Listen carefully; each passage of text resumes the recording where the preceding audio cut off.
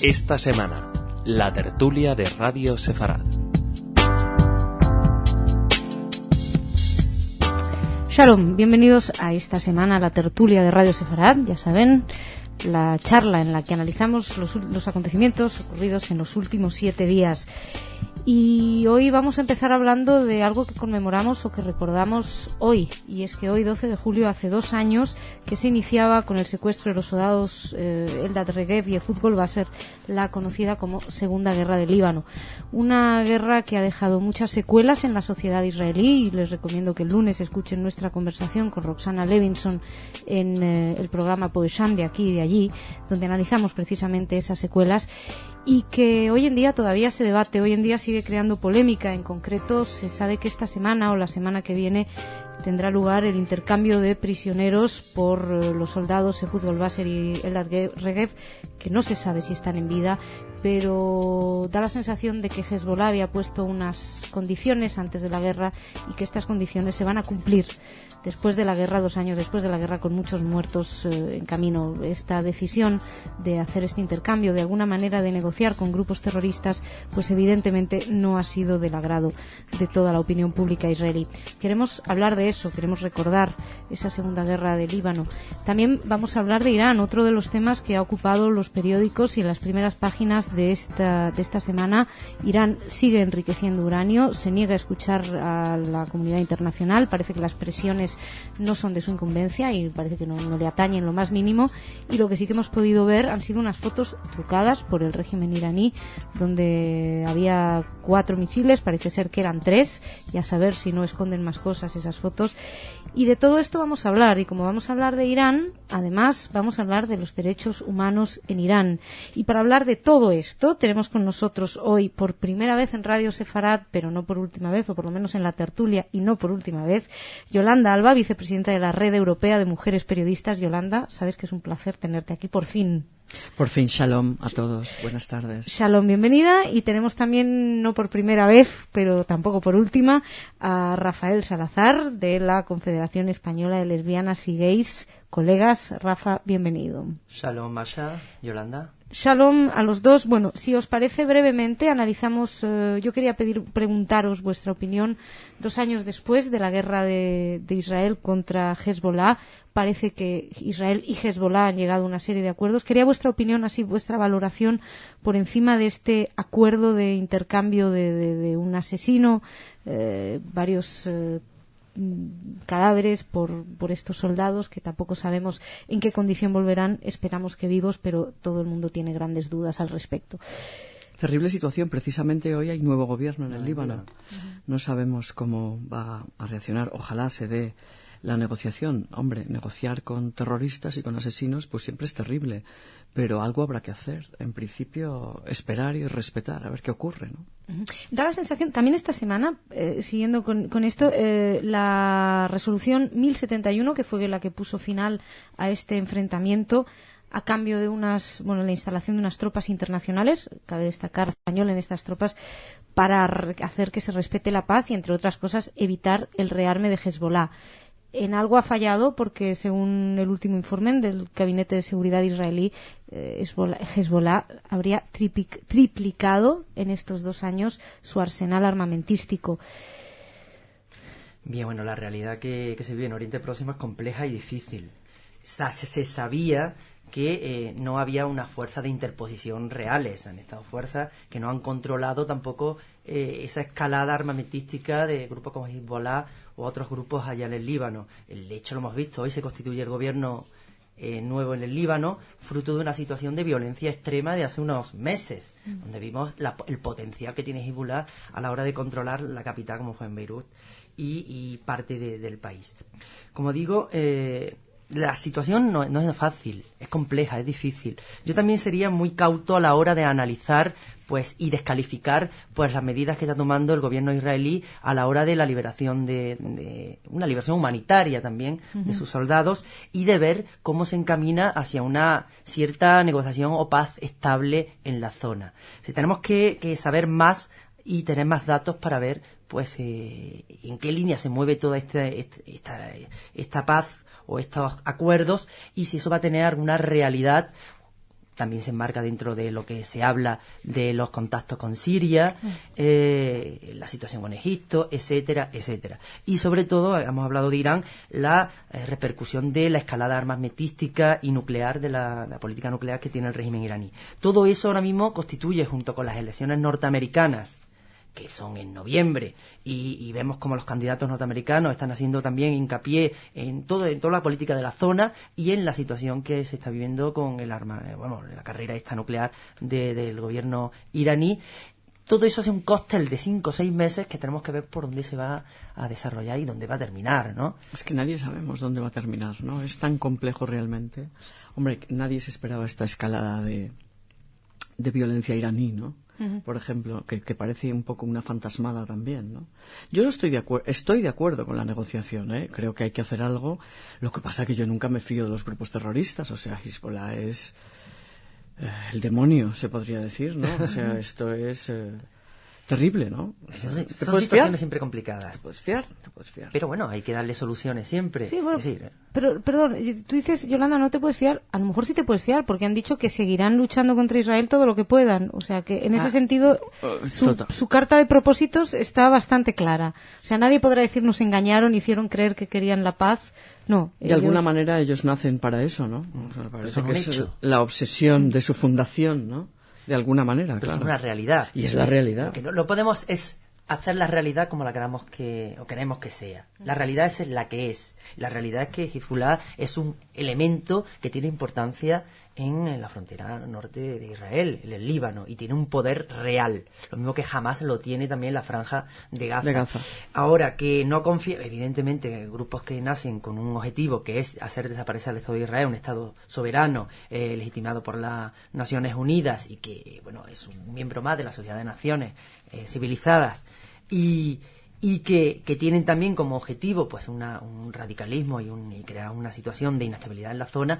Claro que nos lleva a tener unas prevenciones, pero también tenemos que, como he dicho al principio, ver que son unas realidades, es decir, no podemos obviarlas. Entonces vamos a ver qué ocurre, que yo puedo comprender, y desde la tranquilidad que se vive ahora mismo aquí en España, puedo comprender la situación que tiene un gobierno como el gobierno de Israel, que tiene que dar soluciones. Sí, es una situación muy difícil realmente. A situaciones humanitarias, a situaciones de violencia, a situaciones de negociaciones también con agentes que están ahí y que controlan zonas también. Es decir, siempre con prevención, siempre también sabiendo con quién estamos jugando, pero lo que no se puede cruzar de brazos a un gobierno. No, yo creo que cruzarse de brazos no, pero bueno, sí que plantea la duda de alguna manera de si ustedes están cediendo, y entiéndase cediendo con entre muchísimas comillas, o sea, no y sin ninguna carga de opinión al respecto, pero bueno, ustedes están llegando a un acuerdo con Hezbollah. ¿Hasta qué punto esta política no es también un ejemplo que puedan querer seguir grupos como Hamas? Como Hamas, claro. Porque hay que recordar, y esto en España además es un tema que ha estado muy en el debate público, ¿hasta qué punto uno puede hablar con un grupo terrorista o no? Yo no, en principio estoy en desacuerdo con hablar y con negociar con grupos terroristas. Otra cosa es que creo en las estrategias, y puede ser esta vez que el gobierno de Israel tenga alguna estrategia maravillosa o estupenda. Siempre confío a priori en ese gobierno. Sea el que sea. No hay nada, sea el que sea. Sea el que sea, porque Bien, va a durar poco el que dicho está eso, ahí, sí. yo he dicho a priori que no me fío nunca de las negociaciones con grupos terroristas. O sea, por definición, porque con un grupo terrorista no representa a nadie nada más que al terror y la barbarie. Eso está claro. Siempre será una negociación desigual, que un gobierno tenga que negociar con un grupo terrorista de ocupación, porque además es terrible. Pero dentro de esa dinámica, ¿qué hacemos? ¿A quién defiendes? ¿Qué puedes hacer? La credibilidad que tiene, bueno, en este caso creo que como tú bien has dicho, es desigual entre grupos que actúan asesinos, de manera terrorista. Exacto. Y un gobierno pues democráticamente elegido. Ahora, la Realpolitik nos obliga a buscar soluciones. Ya que estamos hablando de realismo, pues hay que buscar soluciones, y yo comprendo que un gobierno quiera solucionar eso. Lo mismo que aquí en España, pues a priori mucha gente hemos estado en contra de ceder hacia lo que era el grupo terrorista ETA, pero sí puedo admitir que un gobierno tenga legítimo deseo, como tuvo el gobierno de Felipe González, Zapatero y de Aznar, de buscar una solución a la violencia. Nadie, no podemos negarle a un gobierno que quiera solucionar una situación conflictiva y problemática. Ahora, ¿hasta dónde se puede ceder? Es ahí donde podemos estar en desacuerdo. Pero a priori, pues evidentemente lo que se pretende es siempre el bien de la comunidad. Y no se puede presuponer que un gobierno quiera hacer algo en contra de sus propios intereses. Obviamente, nadie lo presupone. Pero en vuestra opinión, yendo a la realpolitik, vamos a solucionar, hay que solucionar, hay que ponerse en marcha, uno no puede estar con los brazos cruzados. ¿Se soluciona hablando con Hezbollah o directamente con los grandes patrocinadores, que es Irán? El punto que yo creo que provoca más miedo no solamente a Israel ni a Estados Unidos, sino también a todo Occidente y a gran parte de Oriente, que los países mismos árabes están viendo en Irán una hegemonía demasiado grande, están viendo una voluntad de gobernar. E insisto, también tenemos que traer aquí a la mesa una situación actual de crisis económica que es también muy importante y que también se ve el barril de Brent, el precio del Brent, el precio 141 dólares. Sí, no, que está llegando a unos límites tremendos, pero bueno, no es evidentemente la cuestión económica la que más nos preocupa, aunque puede preocupar, pero sí las cuestiones de vidas y la cuestión, del posible polvorín, ¿no? Irán esta semana además anunciaba con éxito, que había probado con éxito un nuevo misil Shihab-3 de 2.000 kilómetros de alcance. Según las fuentes militares, el nuevo misil pesa 1 tonelada, dispone de tecnología avanzada. Esto unido a esa peligrosa escalada nuclear que está haciendo Irán, aunque insisten en que es con fines pacíficos, pero a la vez llaman a la destrucción de un Estado como Israel, con quien habría que ponerse a lo mejor y sentarse y decir, bueno, vamos a ver qué pasa, es con Ahmadinejad, ¿no? Que quería, si queréis, entramos en el tema iraní. Fíjate cómo vas a negociar con alguien que dice que este Estado hay que destruirlo, ¿no? Es casi imposible. Ese es el peligro.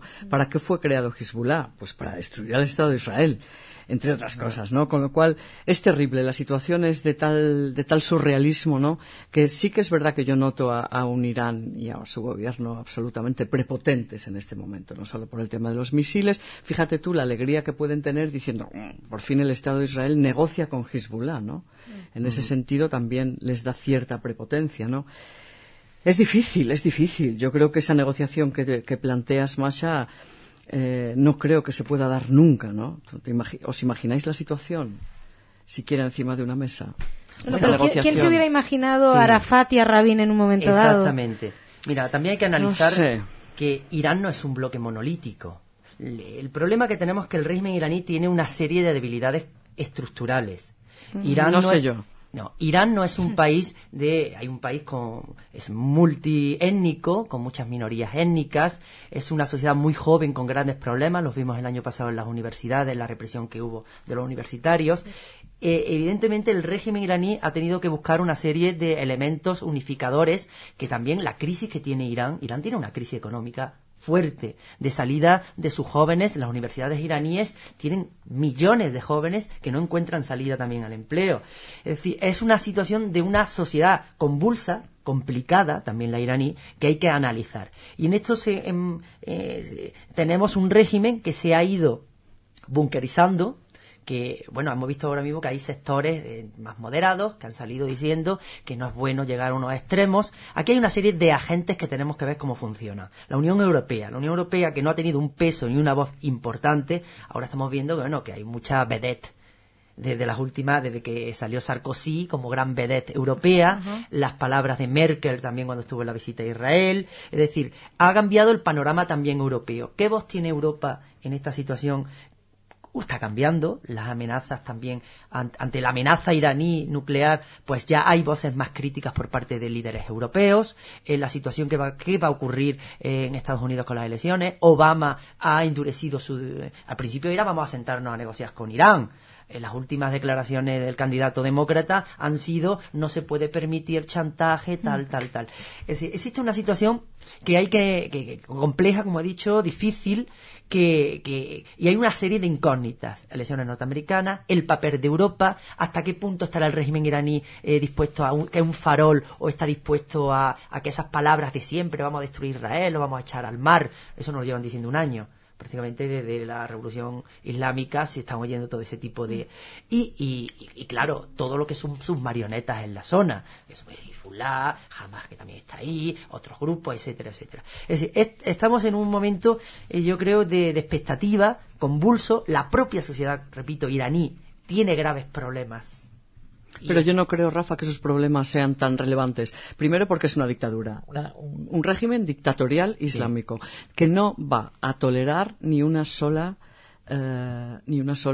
oposición por parte de ningún grupo de estudiantes. Estamos viendo que está... Bueno, pero yo creo que es residual. Pues será residual, pero... que es una dictadura, está clarísimo. Estamos de acuerdo, pero tiene críticas interiores, tiene oposición, hay oposición étnica, hay oposición política, hay oposición por parte de muchos sectores juveniles. Minoritarios, desde mi punto de vista. Que los jóvenes de las universidades se estén manifestando, como el año pasado haya habido muertos, etcétera, etcétera, implica que hay allí un caldo de cultivo. ¿Hasta qué punto, cómo podemos...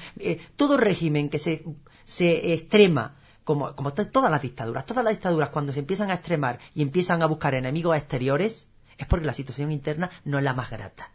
Y el régimen iraní tiene una situación complicada. Ahora, ¿cómo podemos? ¿Podemos negociar con ellos? ¿No podemos negociar? Evidentemente, como digo, es una realidad. Irán está ahí. Es un país de 70 millones de habitantes que puede tener energía, en este caso, armas atómicas en poco tiempo, que ha lanzado cohetes, etcétera, que tiene un peso y que es un referente en toda la zona ya. Es decir, que le tiene miedo. Quizá algo positivo. Ya no le tenemos miedo solamente a Occidente o Israel. Es decir, las monarquías del Golfo, evidentemente, no están tranquilas con el vecino que tienen ahí, ni los regímenes, en este caso, pues como Jordania, etcétera, etcétera, porque desestabiliza. Ahora, bueno... Sí, no voy a decir que Yolanda no parecía muy de acuerdo con... Es decir, sí parecéis estar de acuerdo con el hecho que es una dictadura, pero tú no tienes ninguna. Tanta confianza en la oposición interna. En la disidencia ninguna. Absolutamente aplastada, absolutamente marginal, desde mi punto de vista. De hecho, es la situación real, o sea, no hay una sola disidencia. Miren, Ebadi, por ejemplo. Pero entiéndeme, o sea, se mueven hasta un cierto punto que hasta las dictaduras dejan. Ebadi es una disidente tolerada. Esos son disidentes tolerados. Claro, ahora, pero un grupo de estudiantes no pueden... del pueblo, los kurdos que también en la los zona... Kurdos, quizá los kurdos. Otras minorías, los azaríes, etcétera, etcétera. Hay una serie de minorías. Es decir, que yo creo que Occidente no le ha dado voz. Que están en Estados Unidos o en Europa, que no hemos sabido también conocer su realidad para ver también la plurinacionalidad que hay también en Irán, todo el movimiento juvenil de estudiantes, aquí no se ha conocido, prácticamente solo hemos visto alguna imagen captada de las manifestaciones de la represión por parte del régimen. Entonces, yo creo que no podemos analizar, no estoy y no disiento contigo en que el régimen vaya a caer con 3 jornadas revolucionarias, no. Pero sí que hay una falta de conocimiento y que vemos como a Irán como algo monolítico y que todos los iraníes están apoyando, posiblemente si las políticas son inteligentes. También si las políticas son claras. Hasta ahora, por ejemplo, Europa no fue clara con Irán. No le paró los pies ante las barbaridades o butades que ha podido decir siempre algún líder del régimen iraní. No se ha dicho. Ahora se están diciendo. Es decir, la primera vez que Francia, que es un factor, no digamos, en política internacional, ahora que estaba de moda decir un verso suelto, lo ha sido siempre, pues de Gaulle, ese verso suelto fue mucho más vehemente la amenaza a Irán que los propios Estados Unidos. Y lo dijo. La canciller, die Kanzlerin, señora Merkel, pues ha sido también bastante dura en sus declaraciones. Es decir, pero falta... Yo ahí también echo de menos las declaraciones también del gobierno español. No tenemos el peso, vamos a ser realistas, no tenemos el peso que tiene Francia o que puede tener una locomotora económica como Alemania. Pero España, que siempre decimos que somos un nexo entre el mundo islámico, entre la cultura judía, entre Europa, el Mediterráneo, etcétera, etcétera, no tenemos una voz y no hemos quedado, y en eso yo creo que no sé si conseguiré con Yolanda, en algo tan fatuo y tan etéreo como es lo de la alianza de civilizaciones, que ha servido, y a mi punto de vista, para muy poco. Pero ese es otro debate. Yo quiero volver a Irán, yo quiero seguir, yo veo tu postura, Rafa, me parece bastante clara. Tú tienes mucha confianza en esa posición interna, en esa sociedad que has dicho. No soy un iluso. No, creo dentro que debemos de la conocerla, real, Masha. Pero dentro de la real no desconocerla. que puede ser un verdadero elemento a favor de digamos, un cambio evolutivo pacífico dentro de esta crisis. Pero Yolanda, sospecho que no ve esta solución. Un país que no respeta los derechos humanos, que oprime al 52% de su población, como son las mujeres, que las obliga a vestirse como cucarachas y donde funciona un régimen dictatorial represivo para que ni ellas mismas puedan asomar las cejas, ¿no? Como se dice a través de su hijab. Una sociedad en la que no se permite ni una sola libertad civil. O sea, es impresionante. De acuerdo que hay una segunda vida detrás de las casas. De acuerdo, tú llegas a tu casa, te quitas el hijab y haces grandes fiestas y bebes alcohol. Pero eso es una dictadura. Pero bueno, que nadie está negando. Pero tú fíjate cómo ha habido ahora una vuelta de tuerca a las políticas más rigurosas o rigoristas en cuestión de moda occidental. Hace poco lo estamos leyendo, como la policía está persiguiendo a las jóvenes para que se pongan bien el pañuelo, etcétera, etcétera, etcétera. Eso implica que hay una sociedad viva detrás, que vive otra vida. De acuerdo. Es una dictadura que persigue. Cuando un régimen tiene que perseguir es porque la sociedad no sigue al 100% todos los parámetros y todos los eslóganes que hay en ese régimen. Ahora, yo no va a caer, como digo, el régimen, pero sí que hay que conocer esa realidad. Yo creo que desconocemos qué trasciende detrás no del régimen, que ya lo sabemos, sino del país. Yo soy mucho más pesimista. De hecho, en algún contacto que he tenido con la oposición fuera de Irán, ellos no son nada optimistas. De hecho, es gente que lucha por una monarquía más o menos constitucional que pudiera reinstaurarse en el país y desde luego no son nada optimistas. O sea, en absoluto, a pesar de esa oposición interna, ¿no? Un país donde las leyes se transgreden, o sea, donde la propia constitución iraní no se lleva a cabo. O sea, pero son todas las dictaduras. En la Unión Soviética sin duda ninguna, tenía una constitución magnífica y cuando Stalin hizo la mejor constitución que había en la época, en 1941. Y mira tú lo que se aplicaba. Pero por mucho que se levanten los estudiantes o por mucho que se levanten las abogadas, si no se impide nunca destrozar esa imposición, en el fondo no sirve de nada, ¿no? Si yo estoy de acuerdo, ojalá se levantara el pueblo kurdo, imagínate lo que significaría, ¿no? Que para mí sería una de las primeras oposiciones que podría darse en Irán. Para empezar, el pueblo kurdo, que es un problema sin resolver. Una sociedad mucho más abierta, la kurda, que podría de verdad hacer una oposición real en cuanto a sociedad, ¿no? Desde el punto de vista hasta político. De hecho, por eso la represión, porque es algo que pone en cuestión la propia república islámica dictatorial, de hecho, ¿no? Es una de las minorías. Ten en cuenta que allí también uzbecos, kazacos, es decir, que de los 70 millones de iraníes, hay casi un tercio que no son iraníes.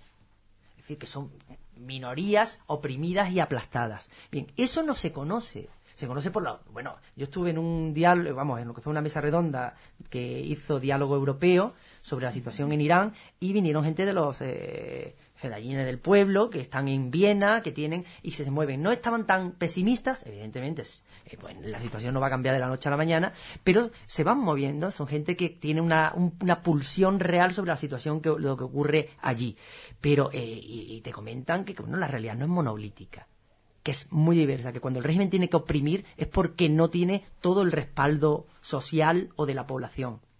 Y eso es algo que hay que conocer. Sin embargo, muchas veces somos muy simplistas al analizar la situación que surge en Irán, porque vemos evidentemente lo que el régimen quiere mostrarnos, pero eso ha pasado en muchos sitios. En Chile de Pinochet, si nos dejamos simplemente influir por lo que decía el régimen, no pasaba absolutamente nada.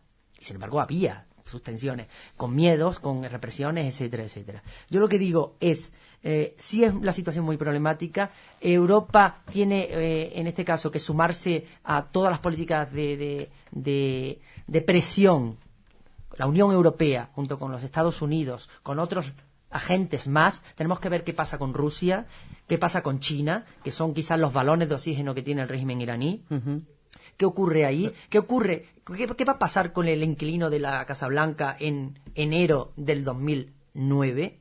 Porque, ¿qué medidas va a tomar? ¿Qué situación? Hemos visto que, todos los candidatos norteamericanos se acercan a una posición pro-israelí cuando vienen las elecciones. Pero sin luego duda. Vamos a ver qué ocurre, etcétera, etcétera. Y ahí, en lo que como europeo, como ciudadano español, sí lo que puedo decir es que me gustaría que, y no me salgo, Masha, que nuestro gobierno tuviera una posición más clara, que influyera más en la opinión unificada de la Unión Europea respecto a la situación que se está produciendo ahora mismo de violencia no verbal, sino de posibilidad de ser una amenaza real y grave del régimen iraní con la posibilidad de tener armamento nuclear. Ante esa situación no puede salir solamente Estados Unidos, como siempre, o Israel, que hace el trabajo muchas veces sucio de que si tiene que bombardear algo, o no pueden salir, en este caso, por las voces de, como decíamos, humildes, de los disidentes, etcétera. Europa conforma una unidad importante, somos casi 700 millones de habitantes, tenemos un peso económico, estamos dando dinero y sin embargo compramos petróleo. Ese es el tema. Te ponen el petróleo un poquito más baratito y te callas la boquita. Exportamos armas, porque Francia exporta armas, etcétera, y etcétera. ¿Qué ocurre con eso? ¿Qué presiones económicas? ¿Va a haber sanciones? ¿Son efectivas, no efectivas? Eso es lo que estoy diciendo. Vale, como se nos va el tiempo y veo que nos enredamos en esto, yo quiero preguntaros, dice, ¿son efectivas las sanciones económicas? Porque a Irán parece que no va con ellos. Exacto. Y a Cuba, al fin y al cabo, estoy pensando, se lo ha tenido bloqueado durante ¿cuántos años? De dictadura cubana, no ha servido absolutamente de 49 nada. 49 años. ¿Y a Irán por qué no se le impone un bloqueo? No, pero igualmente, porque al final, ¿quién pierde en ese bloqueo? Sí, el pueblo. El pueblo. Y realmente, ¿qué pensáis que un ataque es una solución o que se va a producir? Yo sé que esto es hacer política ficción, pero ¿qué hay opináis? Fórmulas de presión económica que también la hipocresía de la política internacional es muy fuerte. Estoy de acuerdo, Rafael. Es decir, normalmente es más fácil imponer medidas que afectan a la población. Cuando estuvo aquí la doctora Ebadi, dijo que evidentemente las medidas económicas van a afectar al pueblo. Claro. Al gobierno. El régimen y el establishment del régimen no iba a sufrir absolutamente nada. Pero sí hay fórmulas que pueden castigar a un régimen en su situación. Lo que ocurre es que, hay que tener primero la unidad para poder hacerlo, la voluntad para hacerlo, y ya te digo que hay unos factores muy determinantes, que es China y Rusia. Porque, mientras que nosotros vamos imponiendo, también, y no olvidemos que las dos no son dos democracias. Ni Rusia es una democracia, ni China lo es. Y sin embargo, para mí Occidente tolera unas situaciones con una doble moral increíble. Y no podemos olvidar eso. Están en la zona, son vecinos. Y tienen intereses muy particulares. Y económicos, grandes intereses económicos. ¿En tu opinión, Yolanda? Bueno, un poco lo que he dicho. Yo creo que hay una hipocresía tremenda en la política internacional con respecto al tema. Tremenda, Rafael lo ha dicho absolutamente todo, ¿no? ¿Qué vamos a decir? Es que para mí la situación es muy pesimista, absolutamente pesimista. No sé si los misiles son reales o no, estas famosas fotos trucadas que han aparecido, ¿no? Para ir terminando, porque quería preguntaros por qué estas fotos trucadas, porque son... Los guardianes de revolución dieron, dice El País, brillo a la operación con una espectacular foto en la que se ven 4 misiles surcando el cielo tras dejar una nube de polvo sobre el desierto. La imagen fue recogida por la prensa mundial, pero era un montaje. Un proyectil quedó en tierra y, aunque pudo despegar más tarde, se retocó la fotografía original. Esto también tiene que ser una política de comunicación del gobierno de este tremendo enano llamado Ahmadinejad. ¿Y qué hacemos? ¿Le ponemos el altavoz todos los medios de comunicación? Efectivamente, esa es la hipocresía y la propaganda a la que muchos medios de comunicación nos prestamos. Porque parece mentira que hasta, no por unas fotos trucadas, sino por darle a este señorito toda la preeminencia que no tiene. Me acuerdo cuando recibió a las periodistas españolas en Teherán, fíjate tú, el gran Ahmadinejad, que no respeta los derechos humanos y le damos una cobertura a los medios. Yo siempre he sido partidaria de que a los terroristas nada en los medios de comunicación. Y ciertos sectores políticos europeos que han considerado a este gran antiimperialista como un adalid. Hasta hace muy poco. Sin duda, y le aplauden. Cada vez menos, pero le aplaudían. Bueno, pero le aplaudían. Es que esa es la hipocresía tremenda, ¿no?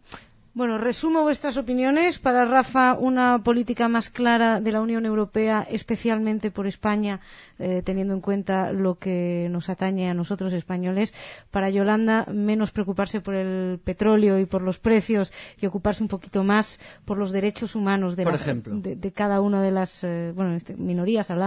Habéis hablado de los kurdos, que es un problema también no solamente para Irán, lo es para Irak, lo es para Turquía. Para 7 u 8 países. Sí, y creo que lo es para la opinión pública y para el mundo, ¿no? Para la conciencia internacional también. Eso sería un tema interesante, hablar del problema kurdo. Irán, una gran incógnita, pero que nos habéis ayudado un poquito más a acercarnos a ella. No la hemos cerrado, ya que nos gustaría a nosotros. Os agradezco muchísimo y os espero, como os dije al principio del programa, en otro. Yolanda y Rafael, muchísimas gracias. Gracias, Masha. Shalom. Gracias. Señoras, señores, muchísimas gracias por su atención. Ya saben que seguimos aquí en Radio Sefarad. Pueden escuchar música, tradición, religión, absolutamente de todo. Así que no se desconecten.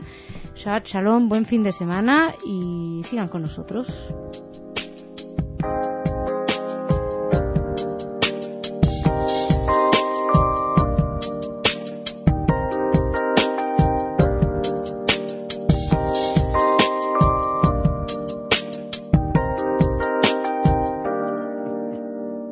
Thank you.